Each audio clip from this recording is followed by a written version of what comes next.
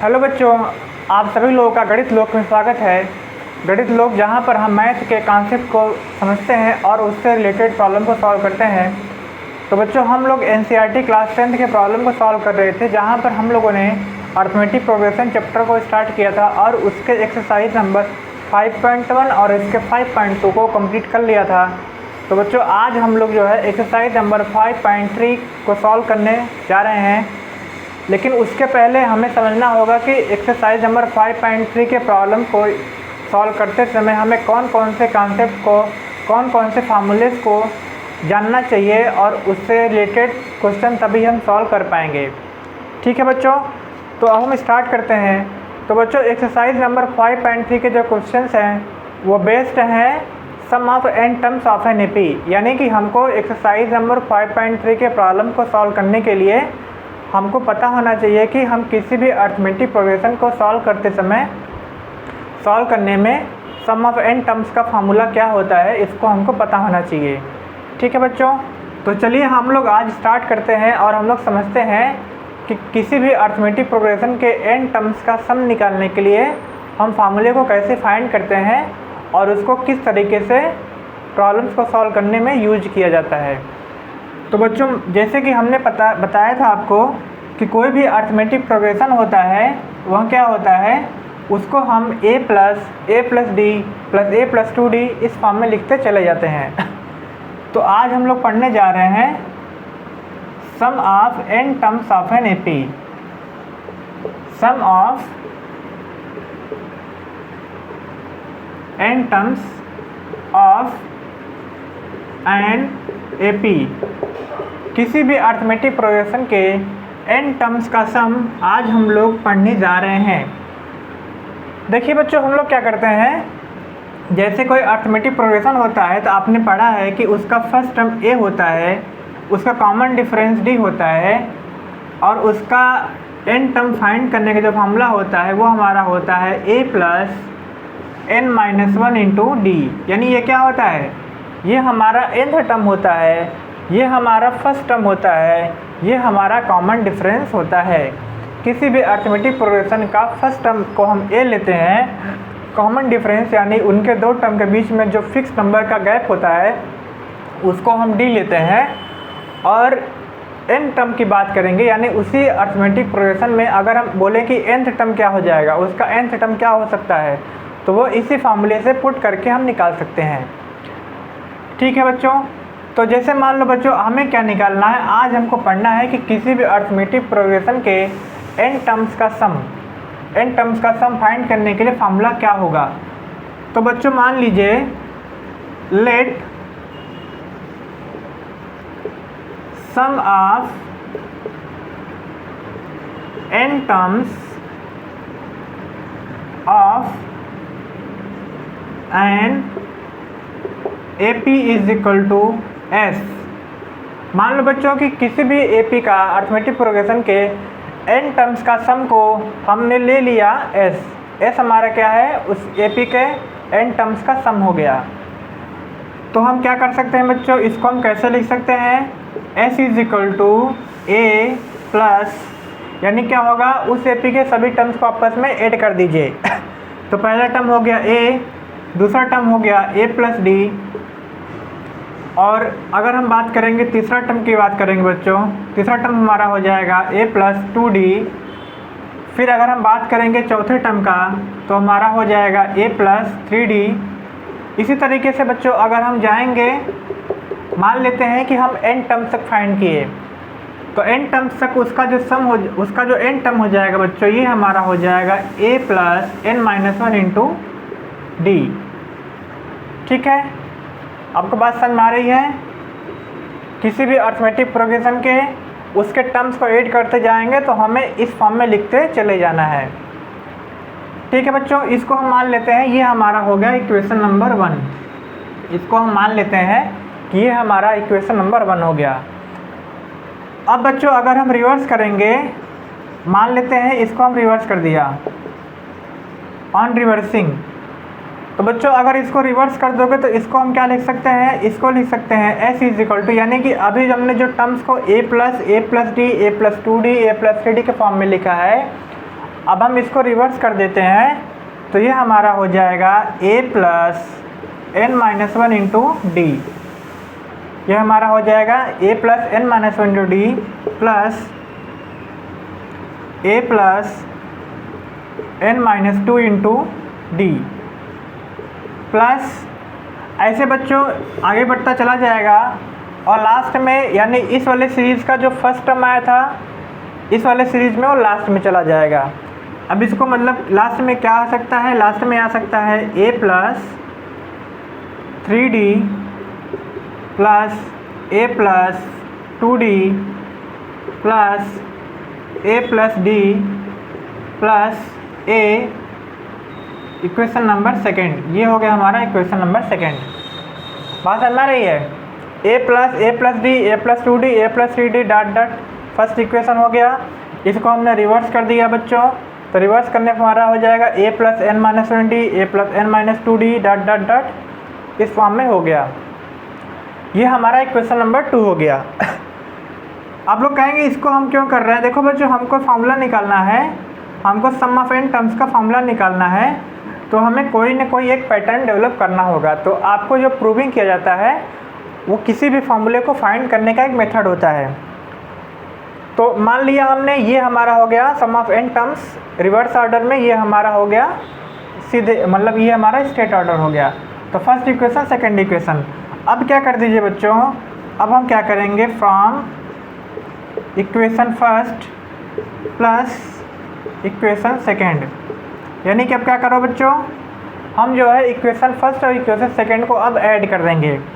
Add कर देंगे बच्चों, तो यहाँ पे s प्लस एस होकर के हमारा हो जाएगा 2s इज इक्वल टू, और ये हमारा जैसे हमारा यहाँ पहला टर्म a है और यहाँ पहला टर्म हमारा a plus n minus one D है, तो ये दोनों जब बच्चों ऐड हो जाएगा तो ये हमारा कितना हो जाएगा, ये हमारा हो जाएगा 2a प्लस a होकर हमारा हो जाएगा 2a plus n minus one into d. ठीक है, ये हमारा क्या हो जाएगा बच्चों, 2a plus n minus one into D plus, और अब क्या होगा, अब इसका सेकंड टर्म इसके सेकंड टर्म में ऐड हो जाएगा बच्चों। तो यानी अब इसको क्या कर सकते हैं, इसको हम कर देंगे a प्लस a हमारा हो जाएगा 2a प्लस, और बच्चों यहाँ पे क्या है d है और यहाँ पे n minus one 2 into d है, तो d plus n minus 2d जब ऐड हो जाएगा बच्चों, तो यहाँ क्या हो जाएगा, यहाँ हो जाएगा आपका n minus one into D हो जाएगा। ठीक है, n माइनस 2 यानी यहाँ पे 1d है, यहाँ n माइनस 2 है, तो n माइनस 2 प्लस 1 होगा, तो यहाँ पे हो जाएगा n माइनस 1, यानी इसको हमने कर दिया n minus 1 into D plus dot dot dot. देखो बच्चों, इसमें क्या था, हमारे सीरीज़ में जो था यहाँ पे आपका n टर्म्स है और यहाँ पर भी n टर्म्स है, और इसका हर एक टर्म को ऐड करते जाएंगे तो ये भी क्या हो जाएगा, ये भी आपका n टर्म तक जाएगा। यानी लास्ट में भी अगर हम करेंगे, जैसे हमारा यहाँ पर था, अगर मान लो हम बच्चों इसको करते हैं, लास्ट में ऐसा चला जाएगा, तो यहाँ पर भी क्या हो जाएगा a plus n minus one D plus a, तो यहाँ पर भी आपका हो जाएगा 2a plus n minus one into D. यानी देखो बच्चों क्या होगा, आप किसी भी टर्म को ऐड कर दीजिए, हमारा जो रहेगा वो आंसर यही आएगा, 2a plus n minus one D 2a plus n minus one D dot dot 2a plus n minus one D. और ये कितने टर्म हो जाएंगे, ये हमारे हो जाएंगे n टर्म्स, जैसा कि मैंने अभी बताया, क्योंकि हमारा इस वाले अर्थमेटिक प्रोग्रेशन में कितने टर्म्स से, n टर्म्स से, यहाँ पर भी n टर्म्स है, यहाँ पर भी n टर्म्स है, तो यहाँ पर भी आंसर करेंगे तो हमारा n टर्म तक ही जाएगा, क्योंकि हम हर एक टर्म को ऐड कर दे रहे हैं। तो यहाँ पर भी जो हमारा टर्म्स होंगे वो हमारा n टर्म तक होगा।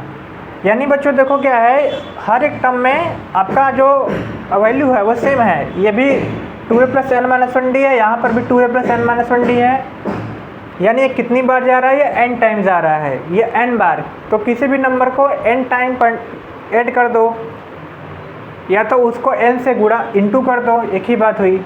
जैसे बच्चों अगर हम लोग को बोला जाए कि 1 प्लस 1 प्लस 1 प्लस 1 प्लस 1 को 5 टाइम ऐड कर दोगे, तो 1 को 5 टाइम ऐड करने पे हमारा आंसर कितना आता है, 5 आता है ना। 1 को 5 टाइम्स 5 बार ऐड करोगे तो भी आंसर कितना आएगा हमारा, 5 आएगा। या तो इसको हम 5 से इंटू कर देंगे तो भी हमारा क्या हो जाएगा, 5 आएगा। तो किसी भी नंबर को जितनी बार ऐड कर देंगे उससे अच्छा ये होगा कि हम उसको उसी नंबर से इंटू कर देंगे, तो बात वही हो जाती है, ठीक है, वैल्यू वही हो जाता है। इसीलिए बच्चों अगर हम इसी टर्म को n बार ऐड किया है तो हम इसको क्या लिख सकते हैं, हम इसको लिख सकते हैं 2s is equal to n into 2a plus n minus 1 into d. ठीक है, क्या हो जाएगा ये हमारा हो जाएगा 2s इज इक्वल टू, क्योंकि देखो बच्चों ये n टाइम्स है, इसको हमने n टाइम ऐड किया है तो यहाँ पर भी n से इंटू हो गया। अब हमको निकालना सम ऑफ टर्म्स, s निकालना है।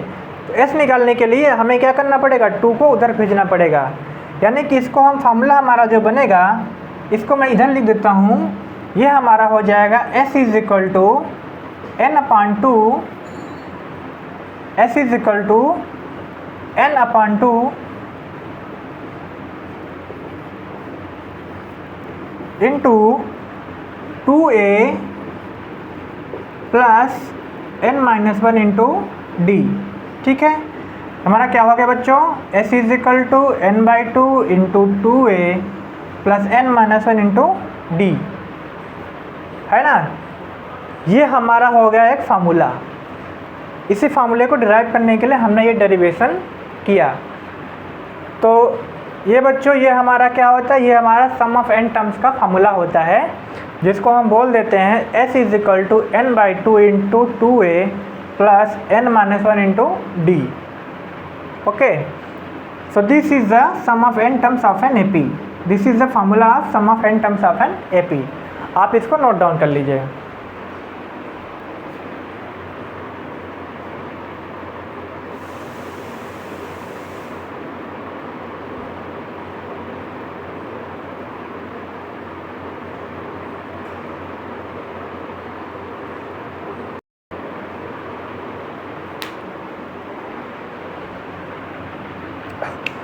ओके डियर स्टूडेंट्स, तो बच्चों अब हम लोग करेंगे एक्सरसाइज नंबर 5.3। आपने पीछे फार्मूला ऑफ n टर्म्स देख लिया, sum of n terms formula का देख लिया, s is equal to n/2 into 2a plus n minus 1 d. अब हम चलेंगे इसी से रिलेटेड प्रॉब्लम को सॉल्व करेंगे बच्चों।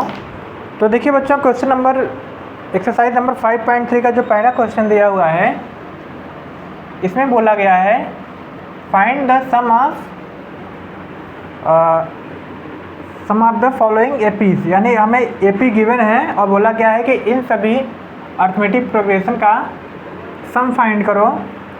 तो इसमें आपको क्वेश्चन दिया है 2, 7, 12, डॉट डॉट डॉट 10 टर्म्स।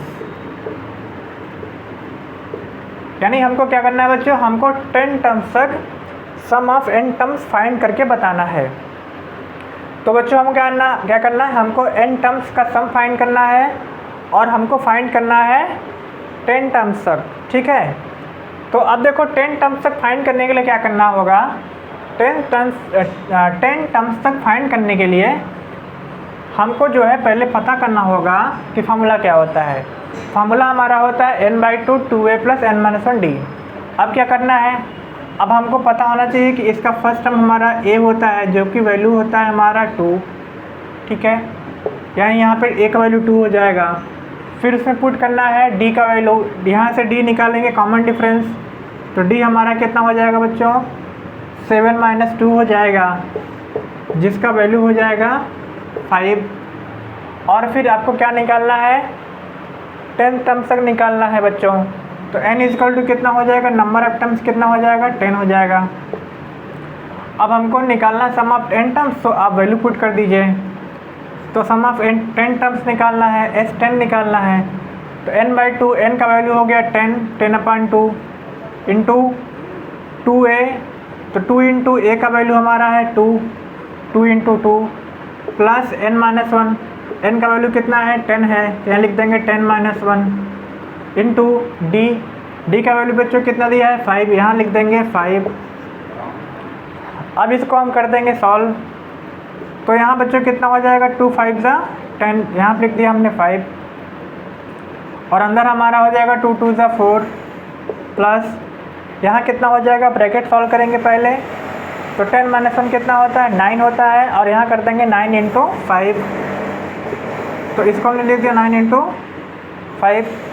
अब यहाँ बच्चों कितना हो गया हमारा, तो इसको हमने लिख दिया 5 × यहाँ पे आपका कितना होगा, 9 5 ज़ा 45। तो 45 + 4 कितना होता है, 49, यानी इसको लिख दिया 5 × 49, जिसका वैल्यू आंसर कितना आ गया, जिसका आंसर आ गया हमारा 245। तो यहाँ पे सम ऑफ 10 टर्म्स हो गया 245, ये आपका हो गया आंसर।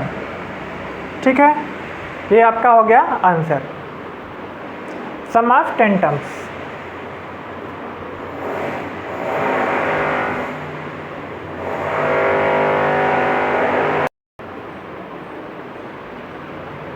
ओके डियर स्टूडेंट्स, अब देखिए करते हैं क्वेश्चन नंबर 2।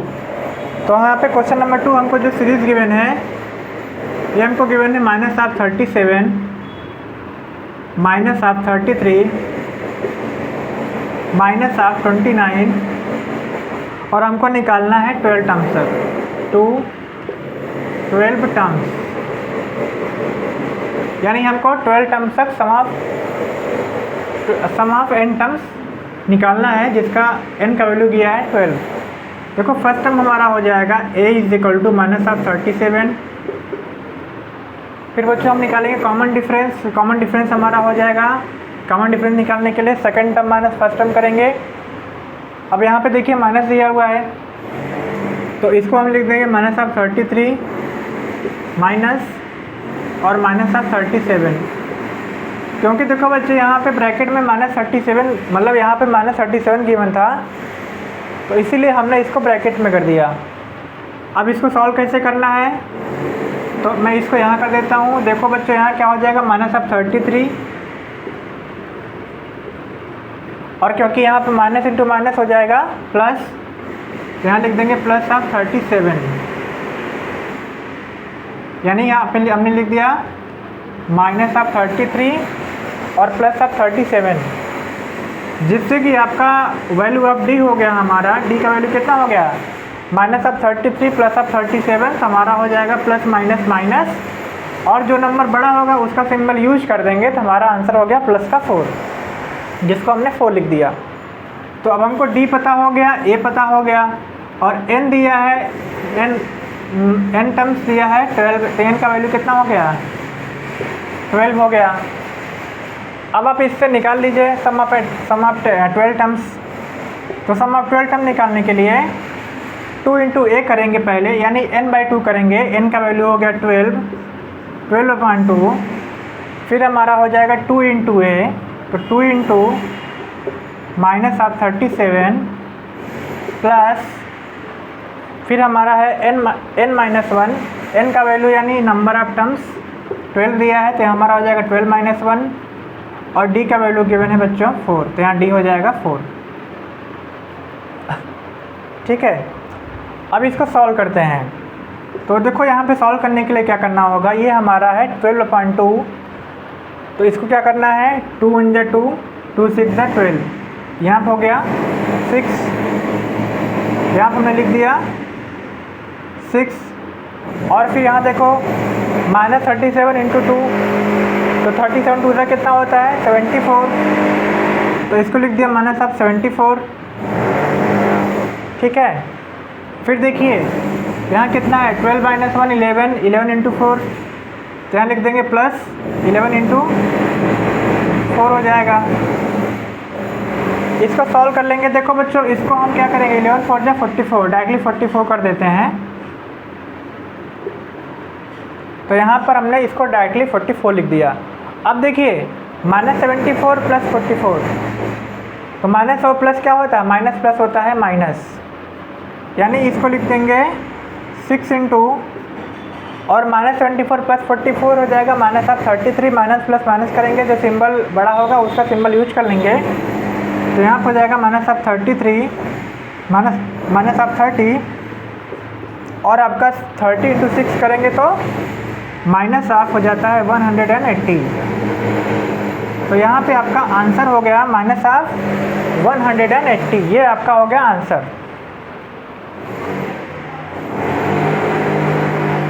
ठीक है, आज की क्लास को हम यहीं पे स्टॉप करते हैं। कुछ टेक्निकल इशू की वजह से आज का क्लास मुझे यहीं पर रोकना पड़ रहा है। तो अब हम लोग कल के क्लास में इसको कंटिन्यू करेंगे। आप लोग आज की क्लास से जुड़िए और आपको जो भी डाउट हो आप उसको कमेंट सेक्शन में बताइए। Thank you.